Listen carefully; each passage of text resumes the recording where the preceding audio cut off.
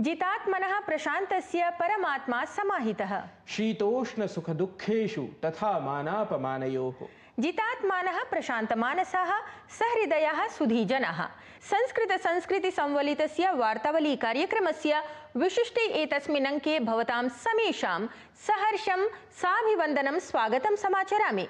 अहमस्मि लता वशिष्ठः, मया च सह अस्ति मम सहयोगी गवीशद् द्विवेदी। मत्पक्षतः अपि सानन्दं सादरं च नमनं स्वीकुर्वन्तु संस्कृतसमाराधकाः समीक्षकाः। लते, वयं सर्वे एव सुस्वास्थ्यं सुखं च कामयामहे। वस्तुतः कथं सर्वात्मना भवति स्वस्थः मनुष्यः इति तु वाङ्मयं विशेषतः प्रतिपादयति। सत्यं, मनसा स्वस्थः एव मनुष्यः भवति वस्तुतः स्वस्थः इत्येव शिक्षयति अद्यतनं सुभाषितमपि। अत्र श्रूयन्ताम्। मानसं शमयितस्मान् ज्ञानेनाग्निमिवाम्बुना प्रशान्ते मानसे यस्य शारीरमुपशाम्यति।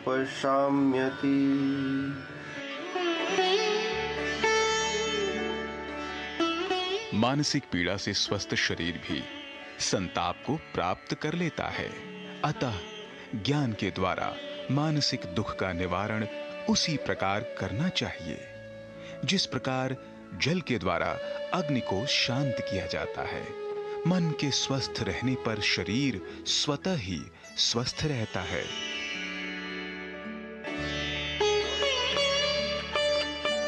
Mental stress leads to psychosomatic illnesses in body. Therefore, mental distress should be dispelled through knowledge, just as fire is extinguished by water. Healthy mind will automatically heal body to make it healthy.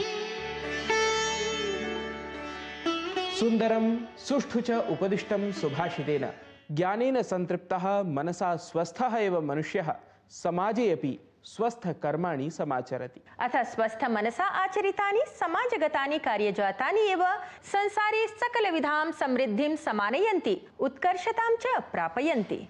समीचीनम्। तावत् कथं सामाजिकैः गतिविधयः समाचर्यन्ते, कथं च संसारे नाना घटनाः जायमानाः सन्ति इति जानीमः प्रवाहि वार्ता प्रभागेन अनेन।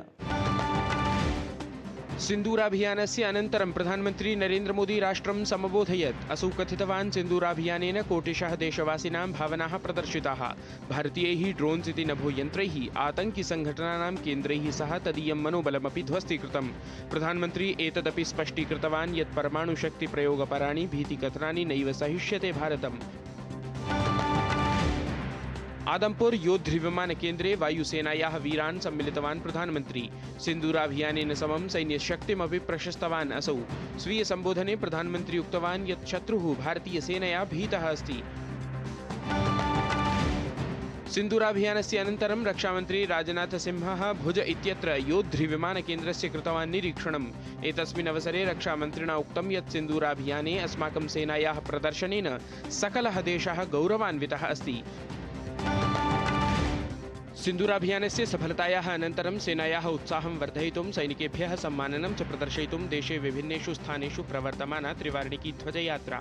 एतासु यात्रासु प्रभूतसंख्यायां सामाजिकाः सहभागितां कुर्वन्ति। Confederation of all India traders इत्येतेन व्यापारिकमहासङ्घेन दिल्ल्यां देशस्य व्यापारिणां कृतं सम्मेलनं। तुर्कीये अजरबैजान इत्येताभ्यां सह व्यापारबहिष्कारपरः स्वीकृतः निर्णयः।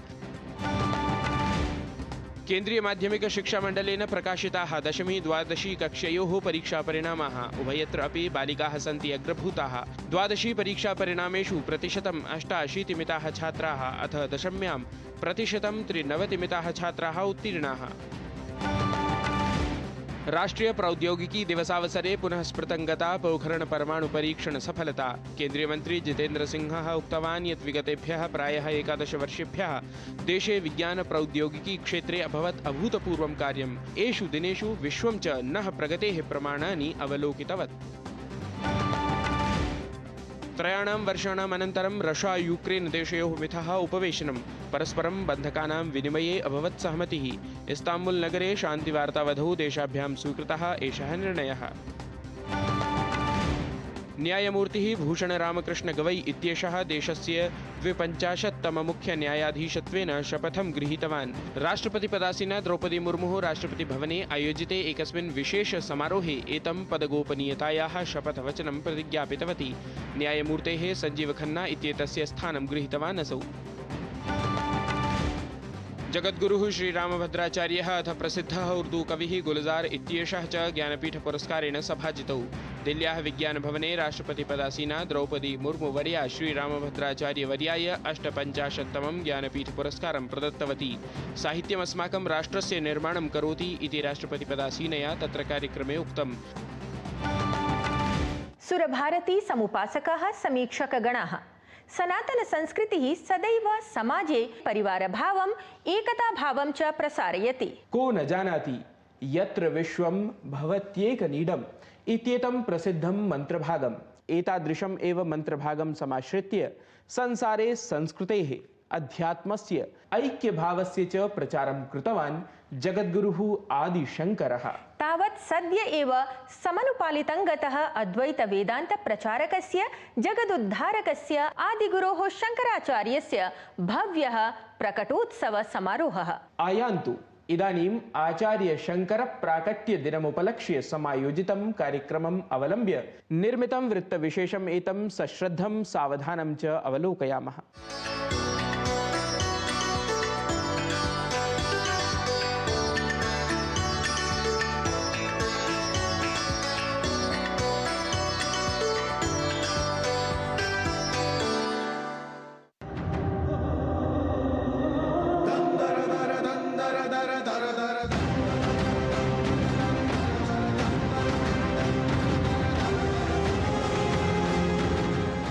अद्वैत वेदान्तस्य प्रणेता, देशस्य विभिन्नेषु भागेषु मठचतुष्टयस्य संस्थापकः, भारतस्य एकतायै भूरि प्रयत्नकृतः सनातनधर्मस्य पुनरुद्धारकः जगद्गुरुः आदिशङ्कराचार्यः।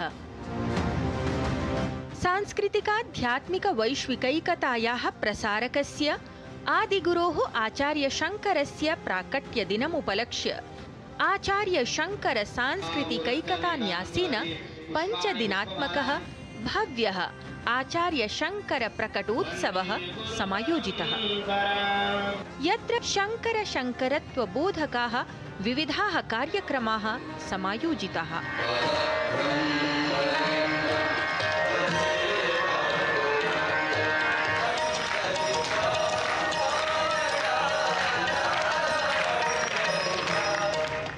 आचार्य शङ्करस्य गुरुभूमौ ओङ्कारेश्वरे स्थिते मातुः नर्मदायाः पवित्रतटे समायोजिते आचार्य शङ्कर प्रकटोत्सवावसरे जूनापीठाधीश्वरं स्वामी अवधेशानन्दगिरिवर्यं समेत्य देशस्य प्रमुखाः साधु सत्पुरुषाः, विद्वांसः अथ अन्ये अनेके श्रद्धालवः युवानः सश्रद्धं सोल्लासं च सम्मिलिताः। आचार्य शङ्कर प्रकटोत्सव कार्यक्रमस्य अन्तिमं समापनसत्रं च स्वामी अवधेशानन्दगिरिवर्यस्य अध्यक्षतायां सम्पन्नतां गतम्, यत्र मुख्यातिथित्वेन समुपस्थितः मुख्यमन्त्री डॉक्टर मोहन यादवः पूज्यैः साधु सत्पुरुषैः समम् एकात्मधाम इत्याख्यस्य पुस्तकस्य विमोचनमपि कृतवान्।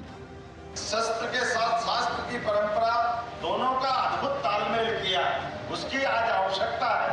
भारत की चेतना के माध्यम से भारत की ज्ञान परंपरा को सुरक्षित करते हुए शस्त्रों का जो महत्व है वो वाकई हमारे संत परंपरा में विगत 1400 साल में अगर कहीं दिखते हैं तो शंकराचार्य के माध्यम से दिखाई देता है, जो दोनों समान रूप से अपना अद्वितीय रूप दिखाई देते हैं। कार्यक्रमे तावत् स्वाम्यवधेशानन्दगिरिवर्यं समेत्य अनेके सत्पुरुषाः गणमान्याः भगवत्पादस्य भाष्यकारस्य जगद्गुरोः शङ्कराचार्यस्य जीवनदर्शनविषयं प्रकाशितवन्तः। और भगवान शंकराचार्य का इस अद्वैत का वैदिक संस्कृति का प्रचार प्रसार करने के लिए आप निकल पड़े, और मेरी बहुत बहुत शुभकामनाएं। आचार्य शंकर सांस्कृतिकता न्यास के द्वारा ये कैसा इतिहास रचा गया है, ये बहुत कठिन है जानना। ऐसा भारत में दृश्य कहीं देखने को मिलता नहीं। कार्यक्रमस्य समापनदिने नर्मदानद्याः तटे प्रातः 6 वादने देशविदेशस्य प्रायः 500 यूनां शङ्करदूतत्वेन दीक्षासंस्कारः अपि सम्पन्नताङ्गतः। यत्र सम्मिलिताः एकात्मता संकल्पेन दीक्षिताः IIT, IIM, MBBS इत्यादि विषयान् अधिकृत्य पठितवन्तः युवानः साम्प्रतम् एकात्मबोधजागरणम् अद्वैतवेदान्तप्रचारं करिष्यन्ति, येन सम्पूर्णे अपि विश्वे वैचारिकपुनर्जागरणारम्भः भविष्यति इति भारतस्य सनातनवैश्विकगुरुत्वं सिद्धम् इत्येव अस्ति आदिशङ्करगुरोः सन्देशः। लता वसिष्ठः, वार्तावली वृत्तं, DD न्यूज़।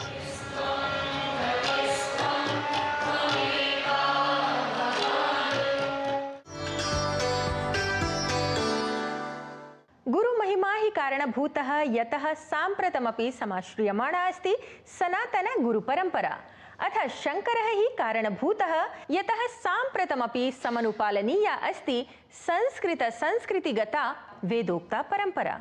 सम्यक् भाषितम्। सम्प्रति सनातन परम्परानुपालकेषु एव अन्यतमस्य कस्यचित् अतिथिविशेषस्य संवादक्रमः अस्ति प्रतीक्षारतः। एषः संस्कृतविद् अतिथिः अस्ति मोहम्मद फैज़ खान इत्येषः।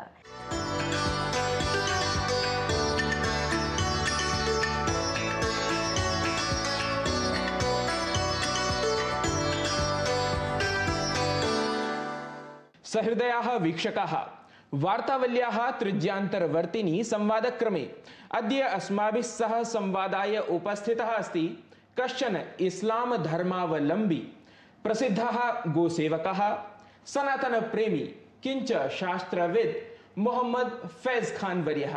महोदय, सर्वप्रथमम् एतस्मिन् संवादक्रमे अत्र भवतः हार्दिकं स्वागतं करोमि। नमो नमः। नमो नमः।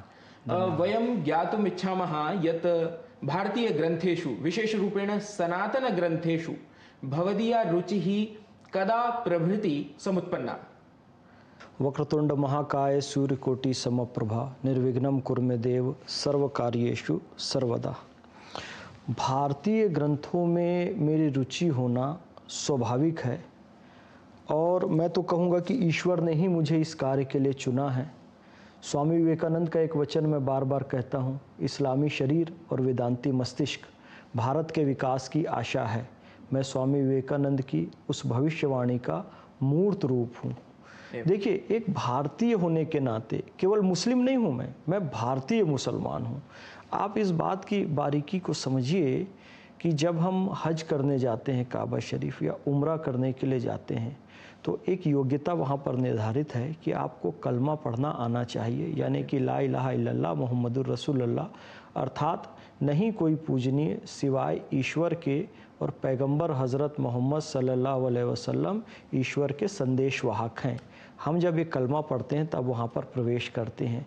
किंतु एक योग्यता हमारी और होती है कि हमें मुंडक उपनिषद का वचन सत्यमेव जयते धारण करना पड़ता है, जो भारतीय पारपत्र में लिखा होता है और भारत का राष्ट्रपति हमें लिख कर देता है कि ये भारत का नागरिक है और सारी सुरक्षा व्यवस्था का दायित्व आप पर है, तब हमें वहाँ पर हज करने प्रवेश मिलता है। यानी कि हम उपनिषद भी लेकर जाते हैं जब हज करने जाते हैं। तो ये प्रश्न कि भारतीय ग्रंथों के प्रति या भारतीयता के प्रति कैसे रुचि उत्पन्न हुई, ये तो मेरा प्रारब्ध है। विशेष रूपेण भवान् अधुना तत्र हज यात्रायाः विषये उक्तवान्। तत्र दर्शनसम्बद्धम् एकं प्रश्नम् अहं प्रष्टुम् इच्छामि यत् अल्लाह अथ ब्रह्म इत्यनयोः मध्ये वस्तुतः किं साम्यं, कः वा भेदः भवति? बहुत अच्छा आपने प्रश्न किया कि ब्रह्म और अल्लाह, इसमें साम्यता क्या है और इसमें भिन्नता क्या है।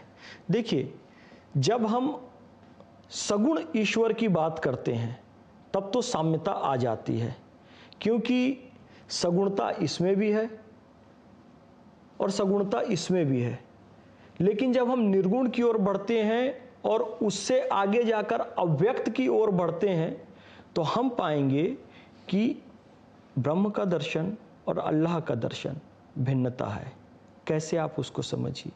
जब हम अल्लाह के दर्शन की, सामी धर्म के दर्शन की बात करते हैं, जिसे गॉड भी कहा जाता है और अल्लाह भी कहा जाता है, तो उसमें अल्लाह एक है का तात्पर्य पूजा के योग्य एक है, लेकिन उसका भक्त दूसरा होता है, और जो शैतानी शक्ति होती है, आसुरी शक्ति, वो तीसरी होती है। तो अल्लाह के कंसेप्ट में 3 शक्तियां हैं। लेकिन जब हम ब्रह्म के विचार में जाएंगे, अद्वैत ब्रह्म के विचार में जाएंगे, जब हम प्रस्थान त्रयी में जाएंगे, जब हम ब्रह्म सूत्र में जाएंगे, उपनिषद में जाएंगे, गीता में जाएंगे, तो चरम लक्ष्य हम ये पाते हैं कि सर्वम खलविदम ब्रह्म, सब ब्रह्म है। लाली मेरे लाल की जित देखूं तित लाल, लाली देखन मैं चली मैं भी हो गई लाल। ब्रह्म सत जगत मिथ्या, जीवो ब्रह्म है व नापरा। ब्रह्म सत है, जगत मिथ्या है, जीव और ब्रह्म में कोई अंतर नहीं, यानी कि यहाँ कोई भक्त भी नहीं, कोई भगवान भी नहीं, बहकाने वाली कोई असुरी शक्ति भी नहीं। इसलिए कहा कि सर्वम खलविदम ब्रह्म, सब ब्रह्म है। प्रज्ञानम ब्रह्म, ये हमारी प्रज्ञा ब्रह्म है। अयमात्मा ब्रह्म, हम ब्रह्म हैं। और फिर अंत में हम ये कहते हैं तत्वमसि, वो तुम ही हो। अहम ब्रह्मास्मि, मैं ब्रह्म हूँ। लेकिन सामी धर्म का कोई व्यक्ति मैं अल्लाह हूँ या मैं गॉड हूँ नहीं कह सकता, किंतु सनातन का व्यक्ति अंतिम चरण में अहम ब्रह्मास्मि कह सकता है। ये दोनों में मुख्य अंतर है। एवं महोदय, एतस्मिन्नेव क्रमे अग्रे ज्ञातुकामः यत् संस्कृतभाषा प्रायः बहूनां भारतीयभाषाणां जननी अस्ति। वस्तुतः एतस्याः देवभाषायाः विषये भवदीयं किं चिन्तनमस्ति? संस्कृत भाषा देव भाषा है, विश्व की सर्वश्रेष्ठ भाषा है। विश्व की सभी भाषाओं का जन्म संस्कृत से हुआ है। जो संस्कृत के संपर्क में रहेगा उसका उच्चारण बहुत श्रेष्ठ रहेगा। मुझे भारतीय भाषाओं में सबसे नज़दीकी भाषा कन्नड़ लगती है, फिर मराठी लगती है, फिर हिंदी लगती है। क्योंकि मैं कर्नाटक भी गया तो मैंने ये पाया कि तत्सम शब्द कर्नाटक में और मराठी में ज़्यादा हैं, हिंदी में कम है। तो सभी भाषाओं की जननी संस्कृत है। यदि हमारे पास ये संस्कृत का ज्ञान है ना, तो हम संसार की किसी भी भाषा का उस हिसाब से सही उच्चारण कर सकते हैं। इसलिए अंग्रेज रविंद्रनाथ टैगोर जी के पास आते थे कि हमें अंग्रेजी का सही उच्चारण भी बताइए, क्योंकि उन्हें संस्कृत आती थी। तो संस्कृत तो सभी भाषाओं की जननी है। संस्कृत हमें अवश्य सीखनी चाहिए, संस्कृत के संपर्क में अवश्य रहना चाहिए। आपका उच्चारण, आपके ज्ञान में बहुत वृद्धि होती है। स्वीये वक्तव्येषु भवान् बहुधा संस्कृतस्तोत्राणि श्लोकान् वा उच्चारयति। अहम् इच्छामि यत् भवान् अस्माकं दर्शकानां कृते कतिपयान् श्लोकान् इतोपि श्रावयतु। देखिए, मुझे एक बड़ा प्रिय श्लोक है गीता का। श्रेयान् स्वधर्मो विगुणः परधर्मात् स्वनिष्ठतात् स्वधर्मे निधनम श्रेया परधर्मो भयावहा। कितने भी कष्ट आएं, अपने कर्तव्य का पालन करने से पीछे नहीं हटना चाहिए। कर्तव्य पालन से पीछे हटेंगे, कुछ क्षण के लिए तो आनंद आ जाएगा, लेकिन परिणाम इसके भयानक आएंगे। परधर्मो भयावह, कर्तव्य से विचलित नहीं होना है। मुझे एक बहुत अच्छा अपि स्वर्णमयी लंका नमे लक्ष्मण रोचते, जननी जन्मभूमिश्च स्वर्गादपि गरीयसी। यद्यपि ये सोने की लंका है लक्ष्मण भैया, किंतु अपनी माता और मातृभूमि से बहुत दूर हूँ। अब मैं वहाँ जाऊँगा, राम भैया कहते हैं, क्योंकि जननी और जन्मभूमि स्वर्ग से भी महान है। मुझे एक माता की स्तुति बहुत अच्छी लगती है। ऐ गिरि नंदिनी नंदित मेदिनी विश्व विनोदिनी नंदनुते, गिरिवर विंध्य शिरोधि निवासिनी विष्णु विलासिनी जिष्णुनुते, भगवती हे शितिकंठ कुटुंबिनी भूरि कुटुंबिनी भूरि कृते, जय जय हे महिषासुर मर्दिनी रम्य कपर्दिनी शैल सुते। राम जी ने जो आराधना की, नमामि शमीशान निर्वाण रूपम विभुम व्यापकम ब्रह्म वेद स्वरूपम।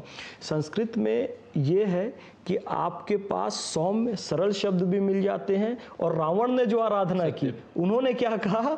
जटाटवी गलत जल प्रवाह पावित स्थले गलेव लंबे लंबिताम भुजंग तुंग मालिकाम डमट डमट डमट डमट निनाद वड्डमरवय चकार चंड तांडवम तनो तुनः शिव शिवम। मैं पूरे 15 पद कहना चाहता हूँ, लेकिन आपका 10 मिनट का कार्यक्रम है। मैं निवेदन करूंगा इस कार्यक्रम को कम से कम 1 घंटे का बनाया जाए। मैं तो कहता हूँ गवीश भैया, पूरा एक डीडी संस्कृत चलना चाहिए, जिसमें संस्कृत के विद्वान आए, अपनी बातें रखें और विश्व के सामने भारतीय संस्कृति की प्रतिष्ठा को बढ़ाएं। वाह, अद्भुतम।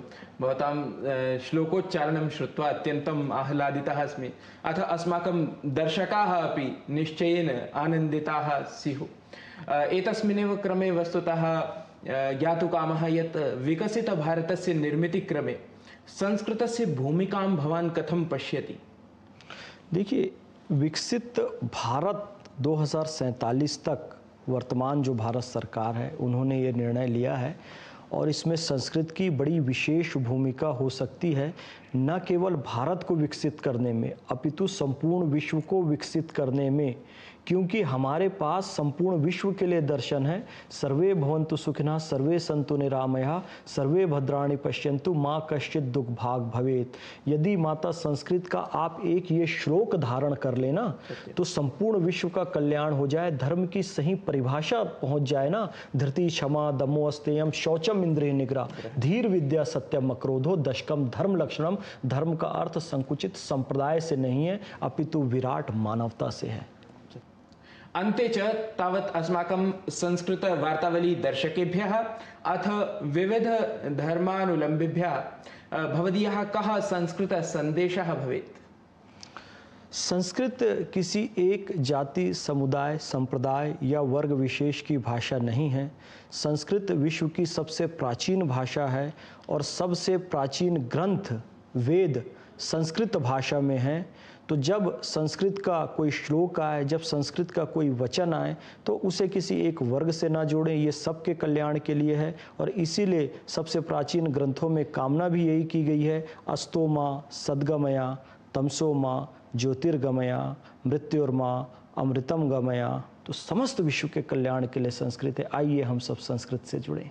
अस्तु महोदय, एतस्मै संस्कृतमय संवादाय भवान् अस्मभ्यं समयं कल्पितवान्, तदर्थं दूरदर्शनसमाचारपक्षतः वार्तावलीगणपक्षतः च भवते हार्दिकान् धन्यवादान् व्याहरामि। नमो नमः।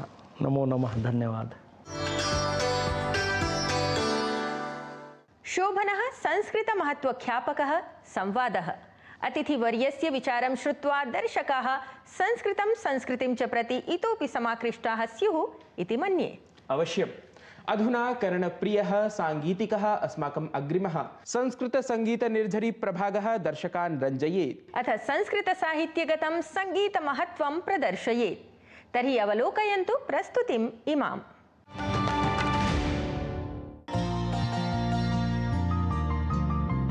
भज गोविन्दं भज गोविन्दं भज गोविन्दं भज गोविन्दं गोविन्दं भज मूढमते भज गोविन्दं भज गोविन्दं गोविन्दं भज मूढमते सम्प्राप्ते सन्निहिते काले सम्प्राप्ते सन्निहिते काले नहि नहि रक्षति दुःखं करणे नहि नहि रक्षति दुःखं करणे भज गोविन्दं